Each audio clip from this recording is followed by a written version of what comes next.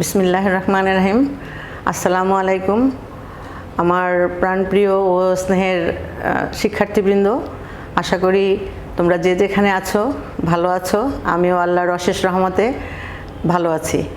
আজকে আমি honours part 4-এর class নিয়ে তোমাদের সামনে হাজির হয়েছি। তোমাদের সামনে পরীক্ষা, তো তোমরা অনেকেই এর মধ্যে ঢাকা ছেড়ে গ্রামের বাড়িতে গিয়েছো, অনেকেই বই কিনো নাই। আমাকে বলেছো যে ম্যাডাম সিলেবাসটা অথবা সাজেশন অথবা বইয়ের লিস্টটা একটু আমাদেরকে দিবেন। তো তোমরা যদি জাতীয় বিশ্ববিদ্যালয়ের ওয়েবসাইটে যাও, সেখানে গিয়ে সার্চ দাও জাতীয় বিশ্ববিদ্যালয়ে লিখে পলিটিক্যাল সায়েন্স পার্ট 4 লিখলেই তোমাদের এই বিষয়গুলি এসে যাবে, এবং এগুলিও হলো তোমাদের পার্ট 4-এ তোমাদের পাঠ্য বই, এবং এর উপরই পরীক্ষা হবে। একটু দেখো তোমরা, তোমাদের এই যে national university syllabus for 4th year BSS honours course, subject political science, session 2013-14 4th ইয়ার। তো তোমাদের এখানে হলো গিয়ে কোর্সের কোডগুলো, আর এখানে হলো কোর্সের নামগুলো, এবং নাম্বারটাও দেওয়া আছে তোমাদের এই যে। তো এখন আর আমি যেটা পড়াবো সেটা হলো 241911 ফরেন রিলেশনস অফ বাংলাদেশ। তো তোমরা এখানে আরেকটা নতুন যেটা 4th ইয়ারে যোগ হয়েছে সেটা হলো ভাইভা বসি, অর্থাৎ তোমাদের যে কয়টা সাবজেক্ট আছে তার সাথে ভাইভা যোগ হবে। আর তোমরা যেটা বিশেষভাবে খেয়াল রাখবা সেটা হলো গিয়ে তোমরা সাবজেক্টগুলোর সাথে অবশ্যই কোড নাম্বারগুলো ভালোভাবে মুখস্থ রাখবা, কারণ ভাইভা পরীক্ষার সময় সাবজেক্টের নামও জিজ্ঞেস করে এবং কোড নাম্বারগুলো জিজ্ঞেস করে। অনেক সময় দেখা যায় যে তোমরা হয়তো সাবজেক্ট ভালোভাবেই বলতে পারো কিন্তু কোড নাম্বারগুলি তোমরা বলতে পারো না। সেটা খুবই খারাপ, কারণ একজন স্টুডেন্ট যদি তার সাবজেক্টের কোড নাম্বার বলতে না পারে তাহলে সেটা খুবই খারাপ। তোমরা এখানে কোড নাম্বারগুলি অবশ্যই মনে রাখবে। আর এটা হলো প্রত্যেকটা কোর্সের নাম এখানে দেওয়া আছে। Political theories, changes and constitutions, তারপরে 241903 local governments and rural development in Bangladesh. এভাবে তোমরা দেখে নাও, প্রত্যেকটা কোর্সের নামই এখানে দেওয়া আছে। আর আমি যেটা পড়াবো সেটা এখানে মার্ক করা আছে। এটা হলো 241911 ফরেন রিলেশনস অফ বাংলাদেশ সেটা। তো এখানে এই হলো পুরোটা কোর্সের নাম। আর এখানে যেটা আছে সেটা হলো আমি যে কোর্সটা পড়াবো ফরেন রিলেশনস অফ বাংলাদেশ, এই কোর্সের যে সিলেবাসটা আছে সেই সিলেবাসটা এখানে দেওয়া আছে। এখানে মোট 13টা আছে। তো এখান থেকে তোমাদের পরীক্ষা তোমরা জানো, যেটা কলেজের ইন্টারনাল পরীক্ষা হয় সেই পরীক্ষা। তো সেখানে এই পরীক্ষার আমরা তো 40 মার্কসের নেই, এখন সেমিস্টার পরীক্ষা বলা হয় এটাকে। এটা আমরা 40 নম্বরের মধ্যে নেই। তো এখন 40 নম্বরের মধ্যে আমরা সাধারণত অর্ধেক নেই। তো সেখানে আমি 60টা কোর্স থেকে তোমাদের পরীক্ষায় প্রশ্ন করব। সেখানে সংক্ষিপ্ত প্রশ্ন, অতি সংক্ষিপ্ত প্রশ্ন থাকবে, সংক্ষিপ্ত প্রশ্ন থাকবে এবং রচনামূলক প্রশ্ন থাকবে। এখানে মোট 60টা কোর্স তোমার অধ্যায় থেকে আমি প্রশ্ন করব, এবং সেগুলি আমি তোমাদেরকে পরবর্তী পর্যায়ে আজকেই ক্লাসের শেষের দিকে আমি সেটা বলে দিব। তো তোমরা একটু ভালোভাবে খেয়াল করো যে অধ্যায়গুলো এখানে আছে, এই অধ্যায়গুলি এখানে 13টা অধ্যায় আছে। এই 13টা অধ্যায় হলো আমি যে কোর্সটা পড়াবো, অর্থাৎ ফরেন রিলেশনস অফ বাংলাদেশ, সেই কোর্সের এখানে সিলেবাসটা দেওয়া আছে। তো আজকে আমি এখন তোমাদের যে কোর্সটা নিব সেটা একটু দেখো। তোমরা তো পলিটিক্যাল সায়েন্স ডিপার্টমেন্টের স্টুডেন্ট, তোমাদের কোর্স নেম হলো foreign relations of Bangladesh, course code হলো 241911। আচ্ছা, এখানে প্রথম যে এতে যেটা আছে সেটা এই যে আমাদের সিলেবাসে যেটা আছে ফরেন পলিসি। তারপর এখানে ফরেন পলিসির মধ্যে আছে কি concept, objective, behaviour and determinants, অর্থাৎ 3টা আছে। কনসেপ্ট আছে, অবজেক্টিভ আছে, বিহেভিয়ার অ্যান্ড ডিটারমিনেন্টস। আচ্ছা, এখন প্রথম আমাদের যেটা জানতে হবে তা হলো কনসেপ্ট আমরা ধারণা, অর্থাৎ আন্তর্জাতিক সম্পর্ক বলতে আমরা কি বুঝি। আন্তর্জাতিক সম্পর্কের ইংরেজি প্রতিশব্দ হলো ইন্টারন্যাশনাল রিলেশনস। ইন্টারন্যাশনাল রিলেশনস শব্দটি প্রথম ব্যবহার করেন জেরেমি বেনথাম, তার ইন্টারন্যাশনাল জুরিসপ্রুডেন্স গ্রন্থে তিনি প্রথম ব্যবহার করেন। অর্থাৎ আইনশাস্ত্র আলোচনা করতে গিয়ে জেরেমি বেনথাম প্রথম ইন্টারন্যাশনাল শব্দটি তিনি ব্যবহার করেন।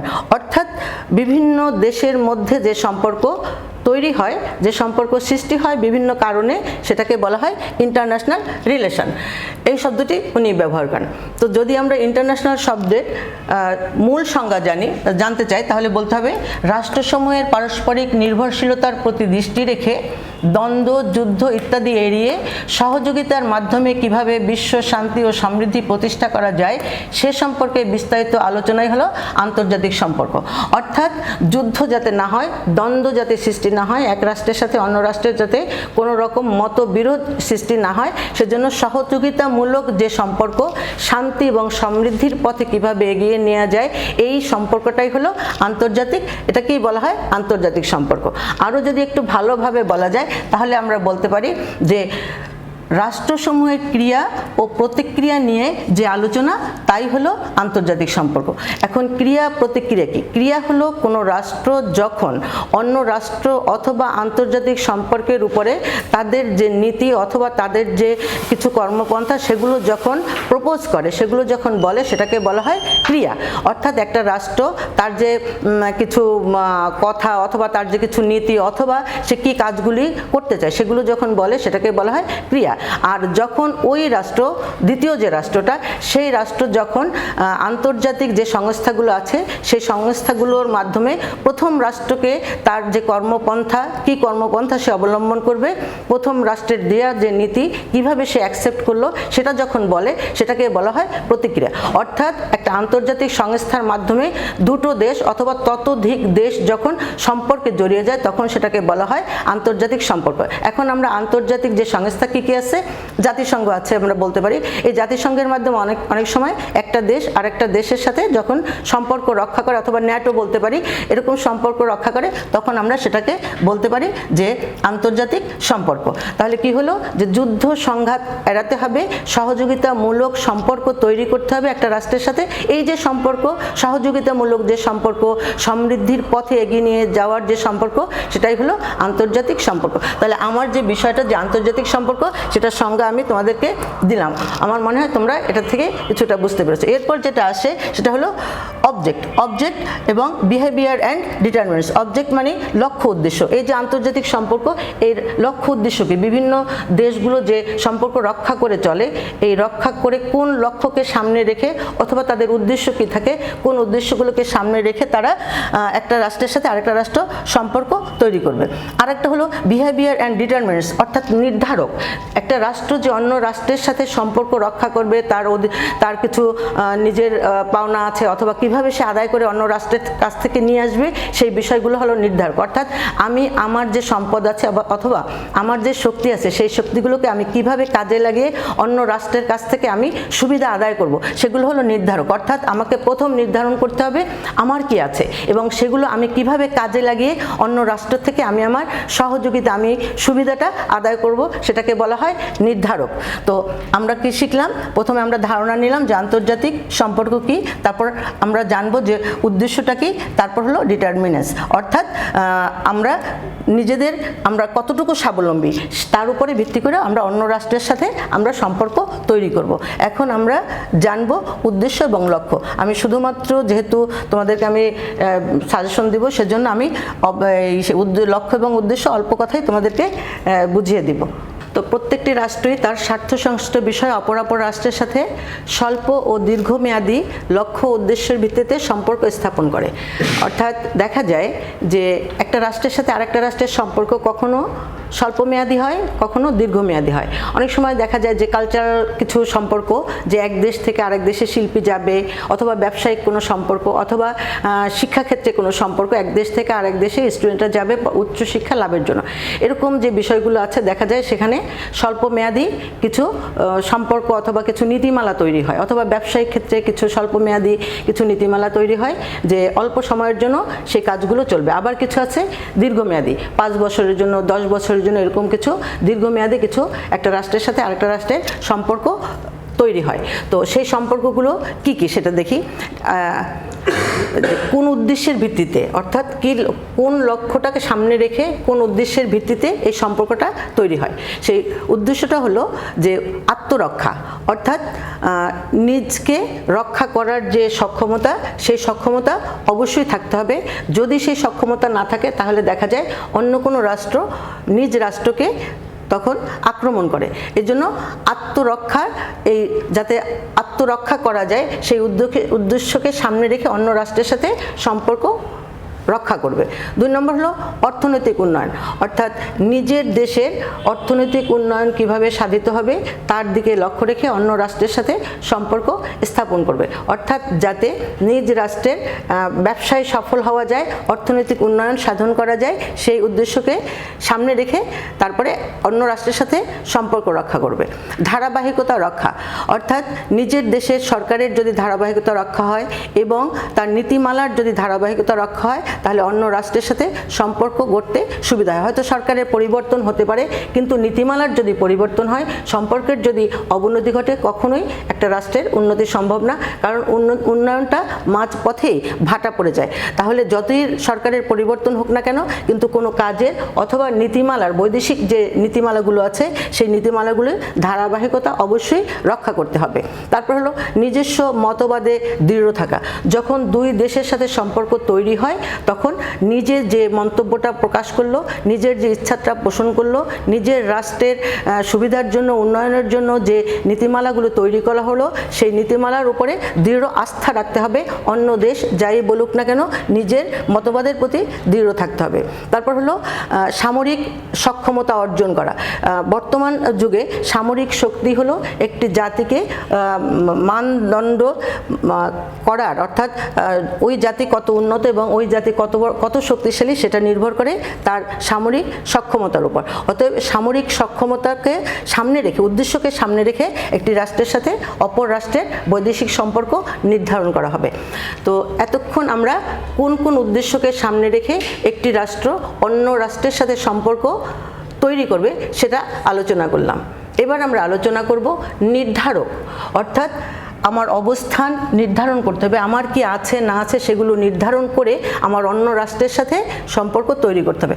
আমি যদি নিজ রাষ্ট্রের অবস্থানই না বুঝি তাহলে আমার অন্য রাষ্ট্রের সাথে সম্পর্ক তৈরি করা কঠিন হয়ে যাবে। প্রথমে আমাকে বুঝতে হবে আমার কি আছে, তারপরে আমার যা আছে তার উপরে নির্ভর করেই আমাকে অন্য রাষ্ট্রের সাথে সম্পর্ক তৈরি করতে হবে। হয়তো আমার সক্ষমতা নাই, তারপর যদি অন্য রাষ্ট্রের সাথে আমি সেই সম্পর্ক অথবা ওরকম ব্যবসা বাণিজ্য আমি যদি তৈরি করতে যাই, সম্পর্ক তৈরি করতে যাই, সেখানে দেখা যাবে আমার সম্পর্কটা আসলে খারাপ হয়ে যাবে। তো প্রথমে আমাকে নির্ধারণ করতে হবে যে আমার অবস্থান কতটুকু এবং কোথায় কি অবস্থান আছে, এটাকে বলা হয় নির্ধারক।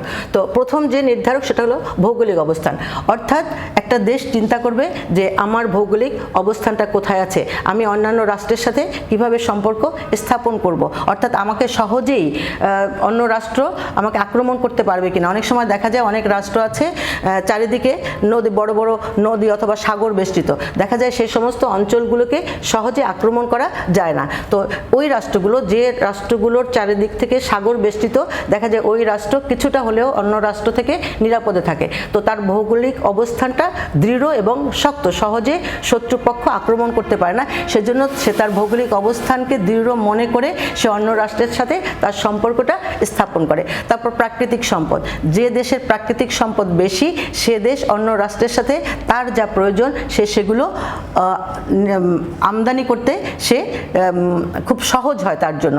অতএব যে দেশ প্রাকৃতিক সম্পদে সমৃদ্ধ সেই দেশের জন্য অন্য রাষ্ট্রের সাথে সম্পর্ক তৈরি করা সহজ হয়।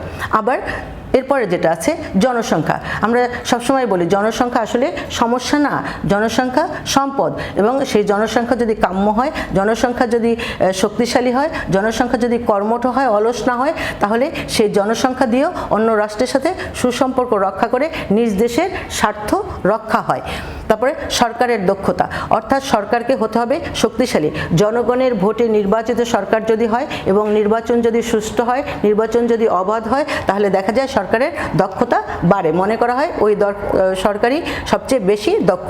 তাহলে নিজের দক্ষতার উপর নির্ভর করে অন্য রাষ্ট্রের সাথে সুসম্পর্ক বজায় রাখা সম্ভব। সংস্কৃতি হলো নির্ধারকের একটা মানদণ্ড, অর্থাৎ দেখা যায় বিশ্বের এমন অনেক রাষ্ট্র আছে যারা সাংস্কৃতিক দিক থেকে উন্নত, তারা অনেক বৈদেশিক মুদ্রা অর্জন করে থাকে তাদের এই সাংস্কৃতিক কর্মকাণ্ডের মাধ্যমে। এখানে আমরা ভারতকে আমরা ধরে নিতে পারি যে দেখা যায় তাদের যে সমস্ত ছবিগুলো বিশ্বে যায় এবং বিশ্বের একটা বিরাট বাজার দখল করে আছে ভারতের ছবি, তো এখানে ভারতীয় সিনেমা, তো সেখান থেকে তারা অনেক বৈদেশিক মুদ্রা অর্জন করে। তো এই যে নির্ধারক হলো আমার কি আছে এবং সেগুলো দিয়ে আমি কাজে লাগিয়ে কিভাবে অন্য রাষ্ট্রের সাথে আমি সম্পর্ক তৈরি করব সেটাকে বলা হয়, সেগুলোকে বলা হয় নির্ধারক।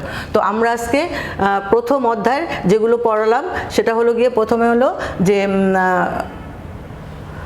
হলো যে আন্তর্জাতিক সম্পর্কের তোমার ধারণা, তারপর হলো উদ্দেশ্য, তারপর হলো নির্ধারক সমূহ। এখন প্রথম অধ্যায় আমাদের মোটামুটি শেষ। এখন তোমাদের সামনে পরীক্ষা। আমি প্রথমেই বলছি যে 13টা অধ্যায় থেকে আমরা 7টা অধ্যায়ের যে প্রশ্নগুলো ইম্পর্টেন্ট আছে, যেগুলো সাধারণত জাতীয় বিশ্ববিদ্যালয়ের পরীক্ষা আসে, সেখান থেকে তোমাদের আমি প্রশ্ন করব। তো এখানে 3টা অংশ আছে। একটা হলো অতি সংক্ষিপ্ত, তারপর হলো সংক্ষিপ্ত প্রশ্ন, তারপর হলো রচনামূলক প্রশ্ন। তো এখানে প্রথম অধ্যায় থেকে রচনামূলক প্রশ্ন যেটা 1 নম্বর হলো বাংলাদেশের পররাষ্ট্রনীতির নির্ধারকসমূহ বর্ণনা করো, যেটা একটু আগে আমি পড়লাম। দ্বিতীয়টা হলো বাংলাদেশের পররাষ্ট্রনীতির লক্ষ্য ও উদ্দেশ্য বর্ণনা করো, সেটাও পড়িয়েছি। তারপর আমরা প্রশ্ন করব চতুর্থ অধ্যায় থেকে। 1 নম্বর প্রশ্ন হলো সাম্প্রতিক সময়ে বাংলাদেশের পররাষ্ট্রনীতির সফলতা বর্ণনা করো। 2 নম্বর হলো বাংলাদেশের জোট নিরপেক্ষ আন্দোলন সম্পর্কে আলোচনা করো। একাদশ অধ্যায় রচনামূলক প্রশ্ন হলো পরিবর্তিত বিশ্ব পরিস্থিতিতে জাতিসংঘের ভূমিকা কী হওয়া উচিত ব্যাখ্যা করো। 2 নম্বর হলো বাংলাদেশের উন্নয়নে জাতিসংঘ কী ভূমিকা রাখতে পারে। তো এগুলি হলো রচনামূলক প্রশ্ন। আর আমাদের যে ক বিভাগে যেটা থাকে সেটা হলো অতি সংক্ষিপ্ত প্রশ্ন। অতি সংক্ষিপ্ত প্রশ্ন তোমরা জাতীয় বিশ্ববিদ্যালয়ের বিগত 5 বছরের যে অতি সংক্ষিপ্ত প্রশ্ন আছে তোমরা সেগুলো পড়বা, সেখান থেকে তোমাদের কমন পড়বে। আর এটা হলো রচনামূলক প্রশ্ন। এরপর হলো সংক্ষিপ্ত প্রশ্ন। সংক্ষিপ্ত প্রশ্ন হলো 1 নম্বর হলো জাতীয় নিরাপত্তা বলতে কি বুঝো। 2 নম্বর হলো ভূ রাজনীতি বলতে কি বুঝো। 3 নম্বর হলো গ্রিন পিস কি। 4 নম্বর G8 সম্পর্কে লিখো। 5 নম্বর হলো বাংলাদেশের প্রতিরক্ষা কৌশল উল্লেখ করো। তো আমরা মোটামুটি যে কোর্সটা আমি পড়ালাম সেখান থেকে যে প্রশ্ন হবে মোটামুটি একটা সাজেশন তোমাদেরকে দিয়ে দিলাম। তোমরা এগুলো পড়লেই তোমাদের কমন পড়বে। তোমরা ভালোভাবে পড়াশোনা করবে। সামনে পরীক্ষা, তোমাদের তো নোটিশও দেওয়া আছে। আর এ পর্যন্ত ভালো থাকো, সুস্থ থাকো, ঠিকমতো পড়াশোনা করো, ভালোভাবে পরীক্ষা দিও।